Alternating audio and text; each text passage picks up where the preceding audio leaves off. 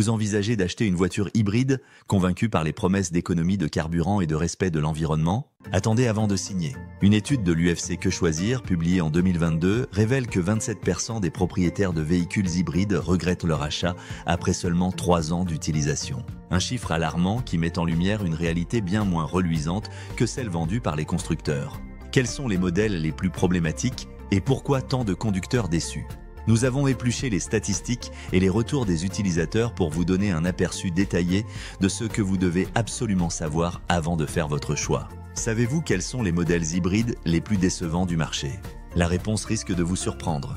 Nous avons comparé les données de fiabilité des grands constructeurs et les résultats sont sans appel. Certaines marques, réputées fiables, se retrouvent en bas du classement. Prenons l'exemple de Toyota, souvent considéré comme le pionnier de l'hybride. Selon le rapport 2022 de Consumer Reports, la Prius de 3e génération affiche un taux de panne 30% supérieur à la moyenne de sa catégorie. Les problèmes les plus fréquents concernent la batterie et le système de freinage régénératif. Un propriétaire sur 5 a dû remplacer sa batterie avant d'atteindre les 150 000 km pour un coût moyen de 3 500 €. Un défaut de conception limite le refroidissement de la batterie, ce qui provoque une surchauffe et entraîne une dégradation rapide des cellules. Honda n'est pas épargné non plus. D'après une enquête menée par J.D. Power en 2023, le CRZ hybride se classe dernier en termes de fiabilité parmi les coupés compacts. Les pannes électroniques y sont légion, avec un taux de défaillance du système multimédia 2,5 fois supérieur à celui d'une Civic classique. Mais le cas le plus inquiétant reste celui de Ford et de son C-Max hybride, censé concurrencer la Prius. Selon une étude de long terme menée par carcomplaints.com, ce modèle connaît un taux de panne moteur 4 fois supérieur à celui de son équivalent thermique. Pire encore, près de 15% des véhicules sont touchés par des problèmes de transmission dès leur 3e année d'utilisation. Résultat, des coûts de réparation prohibitifs et une fiabilité désastreuse. Si l'on compare ces chiffres à ceux des véhicules thermiques équivalents, le constat est édifiant. Prenons la Toyota Corolla, cousine thermique de la Prius. D'après les données collectées sur 5 ans par TrueDelta, la Corolla nécessite en moyenne 0,2 réparations par an contre 0,5 pour la Prius. De plus, le coût moyen des réparations est 30% plus élevé pour l'hybride. Un surcoût non négligeable qui pousse de nombreux propriétaires à regretter leur achat. En s'appuyant sur ces données, nous avons établi une liste des 5 modèles hybrides les moins fiables et à éviter absolument: Ford C-Max hybride, Honda CRZ, Toyota Prius 3e génération, Lexus CT 200R et Chevrolet Volt 1re génération. Ces modèles cumulent les défauts de conception, les coûts de réparation élevés et des pannes récurrentes, remettant sérieusement en question la réputation de fiabilité des hybrides. Mais au-delà des problèmes techniques, qu'en est-il des économies de carburant tant vantées par les constructeurs? La réalité est bien différente des promesses marketing. Selon une étude menée par l'automobile club allemand, ADAC, en 2022, l'écart moyen entre la consommation annoncée et la consommation réelle des véhicules hybrides atteint 42%.